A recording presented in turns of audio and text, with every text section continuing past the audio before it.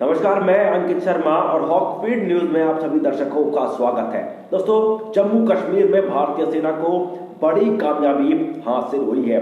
भारतीय सेना ने कई आतंकवादियों को मौत के घाट उतार दिया है। इन आतंकवादियों को ऐसी मौत दी गई है जिसके बाद इन आतंकियों की लाश के भी चीथड़े उड़ाकर रख दिए गए। पूरी खबर और पूरा मामला हम आपको विस्तार से बताएंगे, लेकिन सबसे पहले भारतीय सेना के सम्मान में कमेंट बॉक्स में जय हिंद जरूर लिखें, क्योंकि भारतीय सेना के शौर्य को हम सलाम करते हैं और भारतीय सेना का पूरा देश सम्मान करता है। आप भी सम्मान करते हैं, मैं भी सम्मान करता हूं, पूरा देश सम्मान करता है। तो उनके सम्मान में कमेंट बॉक्स में जय हिंद जरूर लिखें। इसी के साथ पूरी खबर और पूरा मामला मैं आपको विस्तार से बताता हूं। दरअसल भारतीय सेना ने जम्मू कश्मीर में रातों रात बड़ी कार्रवाई की और आतंकी साजिश को विफल कर दिया।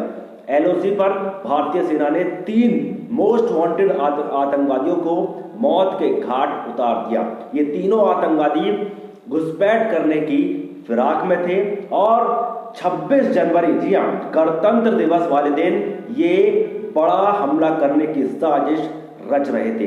ऐसे में रातों रात भारतीय सेना ने ऑल आउट ऑपरेशन चलाया और इन आतंकवादियों को मौत के घाट उतार दिया। वही आपको बता दें कि रक्षा सूत्रों ने कहा कि आतंकियों की घुसपैठ को आसान बनाने के लिए पाकिस्तान की सेना की तरफ से फायरिंग की जा रही थी। अखनूर सेक्टर में ये पाकिस्तान की सेना की तरफ से फायरिंग की जा रही है। दरअसल आपको बता दें कि पाकिस्तान एक ऐसा देश है जिस देश की सेना लगातार सीज फायर का उल्लंघन करती रहती है, आतंकवादियों को ट्रेनिंग देती है।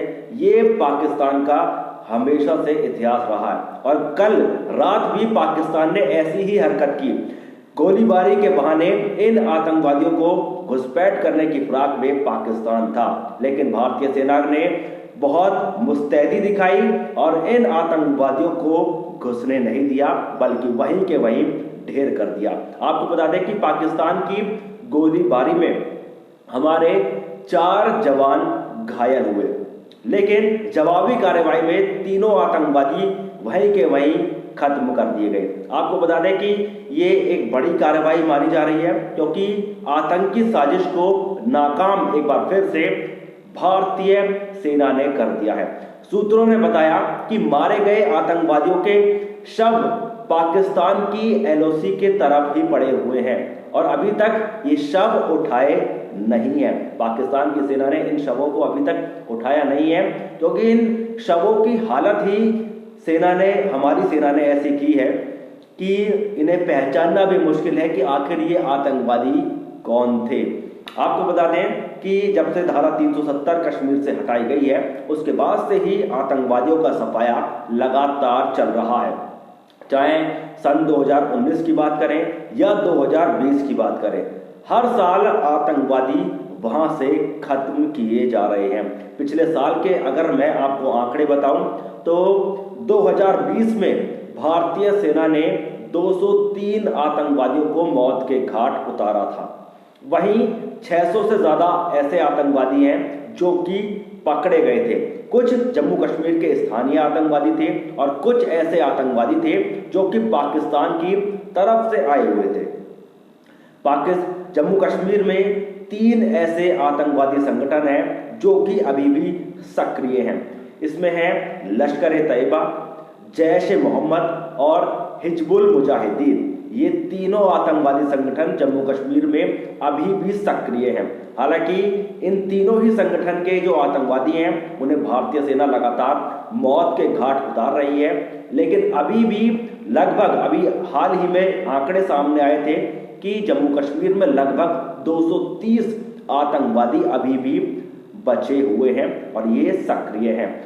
और हिजबुल और लश्कर-ए-तैयबा के जो आतंकवादी हैं ये अब कश्मीर के युवाओं का ब्रेन वॉश करने की कोशिश कर रहे हैं। कश्मीर के जो युवा पीढ़ी है उन्हें जन्नत का लॉलीपॉप दिखा रहे हैं और ब्रेन वॉश करके उनके हाथ में हथियार थमाने की योजना बना रहे हैं। अभी हाल ही में भारतीय सेना के थल सेना अध्यक्ष मनोज मुकुंद नरवणे ने कहा था कि हालात वहां पर अब जल्द ही सुधरने वाले हैं। धारा 370 के बाद पहले से काफी ज्यादा सुधार आया है, अब और भी ज्यादा सुधार आने की उम्मीद है और 2021 में जितने भी आतंकवादी वहां पर सक्रिय हैं उन सबको खत्म, क्योंकि मोदी सरकार ने भी भारतीय सेना को बिल्कुल खुली छूट और खुले ऑफर दिए हुए हैं कि किसी आतंकवादी की परछाई भी अगर दिखे तो वहां से उस परछाई को भी खत्म कर दिया जाए। और इसी आज्ञा का पालन भारतीय सेना कर रही है और हर दिन आतंकवादियों का खात्मा हो रहा है। आपको बता दें कि हाफिज सईद और मसूद अजहर ये एक ऐसे आतंकवादी हैं जो कि कहीं ना कहीं हमेशा भारत में हमला करवाने की फिराक में रहते हैं और इन आतंकवादियों को पाकिस्तान पूरी प्रोटेक्शन देता है। हाफिज सईद दिखावा करने के लिए जेल चला जाता है और 2 से 3 महीने बाद वो एक बार फिर से आ जाता है, लेकिन जब वो जेल जाता है उसके माथे पर कोई शिकस्त नहीं रहती, वो हंसता खेलता जेल चला जाता है, क्योंकि उसे पता है कि वो जेल नहीं गया बल्कि जेल में उसे पूरी प्रोटेक्शन दी जा रही है जिससे वो मारा ना जाए। भाई मसूद अजहर की बात करें तो मसूद अजहर का तो पाकिस्तान में एक हेडक्वार्टर बना हुआ है और वहां पर पाकिस्तान की पुलिस का भी जाना अलाउ नहीं है, यानी कि पूरी वीवीआईपी की सुविधा मसूद अजहर को वहां पर दी हुई है।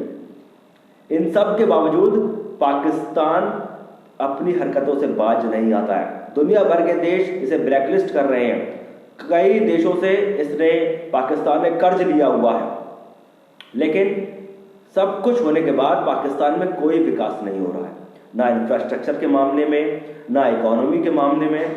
सिर्फ विकास अगर हुआ है तो सिर्फ और सिर्फ आतंकवादियों का विकास पाकिस्तान में हुआ है।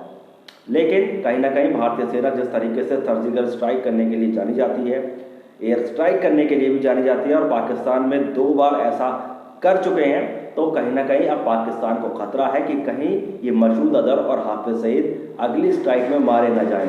वहीं आपको बता दें कि महबूबा मुफ्ती और उमर अब्दुल्ला ये एक ऐसे नेता हैं जो कि जम्मू कश्मीर में खुलकर आतंकवादियों का समर्थन करते हैं। आतंकवादियों के लिए, इनके लिए जो आतंकवादियों को प्यार बहुत ज़्यादा ये करते हैं।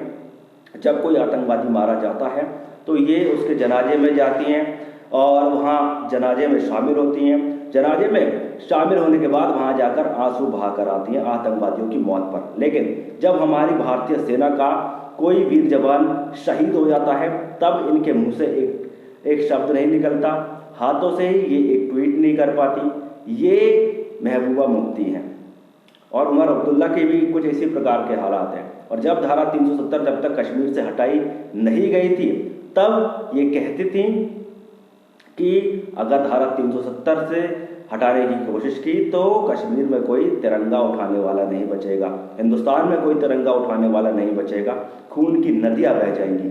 ऐसे बयान इनके सामने आया करते थे। लेकिन अब जम्मू कश्मीर में बदलाव की लहर चल रही है, लगातार आतंकवादियों का सफाया हो रहा है और तमाम ऐसे आस्तीन के सांप अब कहीं ना कहीं चुप बैठने लगे हैं। तो दोस्तों इस खबर को शेयर करें। जाने से पहले मेरी आपसे दरख्वास्त है कि चैनल को सब्सक्राइब करें और बेल आइकन दबाएं, जिससे देश हित से जुड़ी, देशभक्ति से जुड़ी तमाम खबरें आपको लगातार प्राप्त होती रहें। फिलहाल के लिए मैं आपसे विदा लेता हूं। जय हिंद, जय भारत, नमस्कार।